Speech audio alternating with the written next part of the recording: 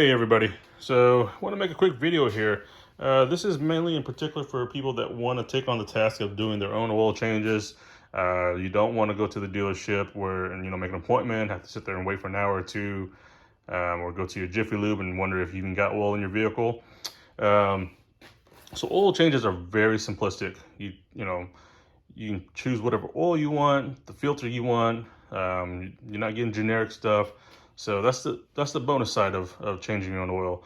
Plus, the peace of mind.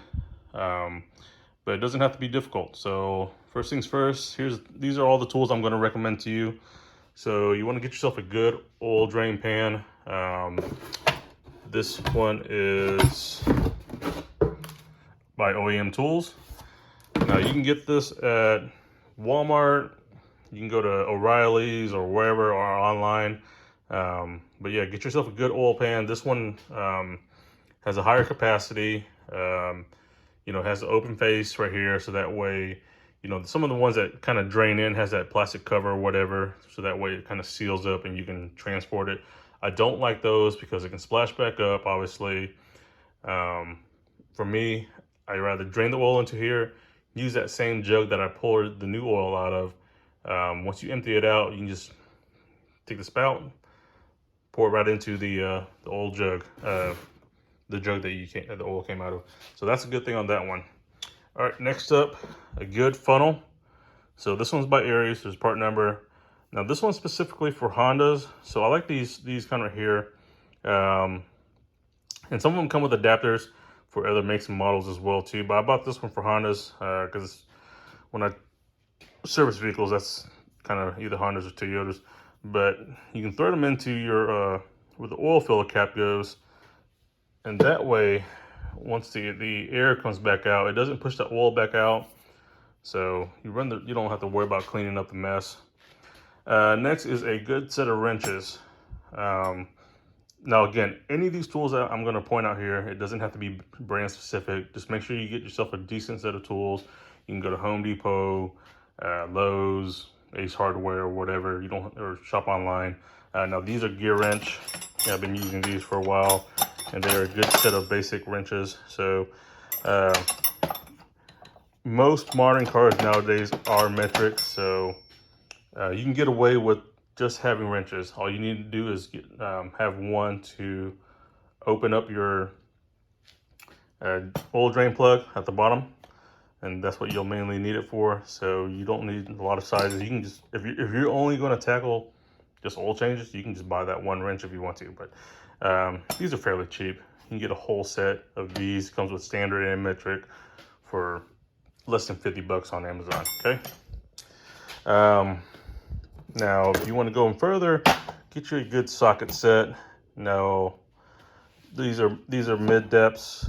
You can do deep, shallow, whatever the case is. And if you're going to get a socket set, you want to get yourself a ratchet as well too. I prefer flex head.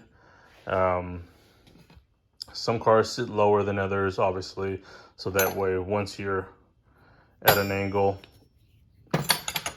you can turn that ratchet towards you, get some leverage on it. Now I do recommend a good length ratchet, so that way you can get leverage. So if you think about it, kind of like comparison to the wrench itself, I do prefer longer wrenches. These are long patterns. So there's that. Trim tools. Now a lot of these cars nowadays, to keep your car efficient and reduce the drag, they put all these splash shields underneath it. So, and those splash shields are held either on by bolts or plastic trim clips. So that's another plus side. So if you don't want to, I want to mention that if you don't want to be sitting there stripping all those bolts off to get the splash shield off, especially Nissans and Infinitis, they are the worst about it. Imagine with the 10 mil, turning each one by hand. That's going to become painful. Get you a socket set for that. That'll come in handy. Okay, and then if worst case of the plastic trim clips, just pull them straight out. Try not to damage them. That's why I don't recommend using screwdrivers. You can, but after a while, those trim clips get kind of brittle.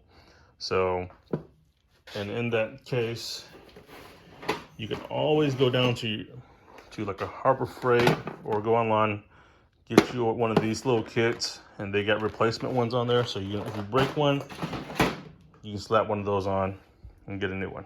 Okay, so we've gone over wrenches, trim clip stuff, sockets, got your ratchet, oil filter wrenches. There are tons of varieties. Depending on the make and model of your vehicle, the size of the oil filter is what's going to determine really what type of oil filter you use. Now, this one I have included here is because I want to specifically say, do not buy this one. I used this one for a long time just because I was being cheap. I didn't want to invest in anything else. It works, but it's a pain in the ass, okay? This isn't designed very well. It slips all the time, so it becomes just a nuisance over anything else. But I made it work. I do prefer this style the best. You can get some from either Husky. Some Home Depot still make here, some don't. But you can go to Channel Lock. Milwaukee has one. I'm kind of iffy on the Milwaukee one. It's just not as sturdy as this one. This one I found to have been the best one so far. But Channel Lock makes one exactly like this. That looks very, very well. So you can get a 2-pack, I think, with different sizes. So, but this one's very good. This style right here. This one's okay. This one's for bigger ones, but the only bad part about it is you can only get onto it straight. So you can't go at angles. Whereas as opposed to this one, some of those oil filters are kind of cockeyed, and you can kind of still grip it once you get those teeth on there and turn it loose. So that's why I like this style, okay? And then first and foremost, I should have done this one first, eye protection. I always have eye protection, and along with PPE. Wear some gloves. That way, if you get oil on your hands or whatever, you know, and then keep a rag as well too, obviously, so that way you can catch that oil drain plug, and if you get oil on your hands, you can clean yourself off. Don't go back in your car, get everything dirty. All right, so once everything's kind of taken off, you've gotten everything off already, you got the oil drain in. Let's do some of these. Most cars have these crush washers. We do recommend, or I recommend, replacing them. I don't know why I said we for. It's just me by myself. Get a small pick or a screwdriver or whatever. Pull that old crush washer off. Get a pair of pliers. You'll see it's very thin. It starts to wear out. Take it off. Replace it with a new one. And then when you're tightening it up, you'll see this crush washer start to compress, and you want to keep tightening it until it compresses all the way, and that provides a good seal on there, so that way you don't get any leaks. Okay, so that is pretty much it. So it's not going to be a long-winded video. You obviously, this is just all you need to change your own oil, so that way if anyone's getting to their vehicle, they're tired of taking it to shops or whatever, you want to change your own oil, it saves you money, obviously. I think most days now, full synthetic oil changes are running $80, what I've seen. I mean, you can go buy a jug of full synthetic for $25, depending on how many quarts you're going to take. But, you know, that plus, let's say, another $10 for oil filter, that's $35. You're going to save yourself at least half. And you get the pleasure of working on your own vehicle. Okay? So if you have the time, it doesn't take long either. I could say anywhere between 30 to 45 minutes. The longest time is draining that oil. So there's plenty of YouTube video tutorials on how to change oil, but these are the basic tools that I would recommend for you to have on hand, so that way you can change your own oil. All right, guys, y'all take care.